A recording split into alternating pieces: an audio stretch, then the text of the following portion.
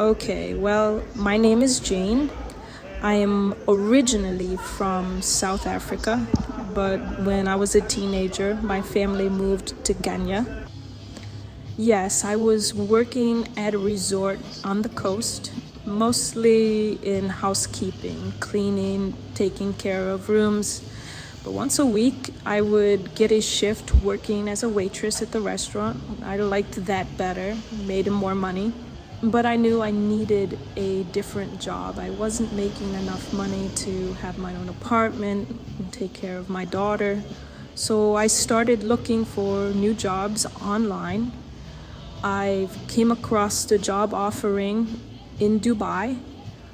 I sent in my application, I sent in my photos. We had a couple conversations via video, and they offered the job. They bought me a plane ticket, arranged my visa, and flew over expecting that I was going to have the position of nanny. I was going to be a nanny and take care of the child and take care of the house while the parents worked. But when I arrived, there was no child and there was only one man. I knew right away that this was not a good situation. I was upset. This is not the situation that I wanted for my life. This is not the job that I accepted. I wanted to go home. He refused. He had my passport, would not give it to me. This is a long, hard story. I don't know if I want to say much more. But one day I was able to get my passport from him and I ran. I had friends living here in Thailand who sent me money to buy a plane ticket. I arrived in Bangkok and that's where my story continues. I was here in Bangkok, but I didn't have any money. I only had a few clothes that I was able to grab when I left. So I borrowed more money from my friends, and I knew that I would probably have to do the type of work that I didn't want to do to make money, to pay my friends back, and to finally get a ticket to go home. But at least I had my passport, I had my freedom, and I wasn't being controlled by somebody. I think I must have been blessed by God, because the first night that I was out in Nana Plaza on the street with my friends, a nice gentleman came up, asked me if I would like to have dinner with him. I said sure. So we went to dinner. We had drinks. He took me out dancing. Oh my gosh, no. We spent 3 days together in Bangkok, and then he told me, I own a condominium in Jom Tien Beach. I'm going to go to my condo for 1 month, and then I have to fly back to Canada for 2 months. But why don't you leave Bangkok and come and stay with me for 1 month at my house and see if we like each other? When he asked me to move in with him, I just started crying, and I couldn't stop crying. And he looked at me and said, I'm sorry, did I say something wrong? Did I upset you? Is this too fast for you? And I said, no, you don't understand. It took me, I think, 2 weeks before I finally told him the whole story. But I went from basically being held without my consent in a foreign country to now I'm sitting across from this nice man who wants to take care of me, wants to move me into his house. I don't know how this happened. I don't know how I was suddenly picked by God for this blessing.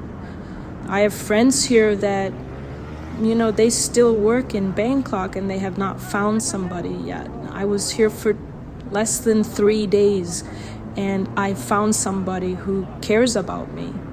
This has got to be the biggest life change. And if God is not responsible for it, I don't know who. So I know we're being a little bit careful about what we say, and I know you're being selective with your answers, and that is completely okay. But there's one other aspect of this story that I'd like you to tell, at least as much of it as you're comfortable with. Now, I know your boyfriend. He's a big guy. And I witnessed an event down on Walking Street about 6 months ago. You and him are sitting at one of the bars facing the street. And the next thing I know, your boyfriend's out in the middle of the street like a madman. Now, I didn't know any of this story until maybe a week or two after. But can you just kind of run through what happened that evening? Okay, let me think what I can say. Well, that was one of the scariest moments of my life. We were on Walking Street. We were having a couple drinks. We had just seen you and your girlfriend walk by a few moments earlier. I was looking out at the street and I looked to my right, and the man from Dubai was standing there staring directly at me. I was frozen. I had so much fear come over me. I was just frozen. Christopher said, "What's wrong?" And he looked out at the street and he saw a man staring at me and he just instantly knew who it was. He was so enraged. He jumped up out of his chair. He threw the table. Bottles broke. He jumped over the barricade and ran after him. It took 4 security guards. He is a big man. He's an oil worker in Canada. I've never seen him like that. I've never seen him so angry and uncontrollable. I don't know what he would have done if he'd have gotten his hands on him. They brought him back into the restaurant, and it took 10-15 minutes for me to kind of explain what the situation was. And once they heard a little bit of my story, the security guards and I think the manager went and brought a police officer in who sat with me. And there's more to this story that I don't want to say anymore because it's still being handled.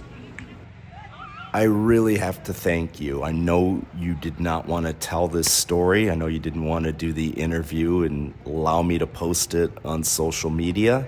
But there are a lot of good components in this story that balance out the bad ones. And I think it's good and inspiring for people to hear it.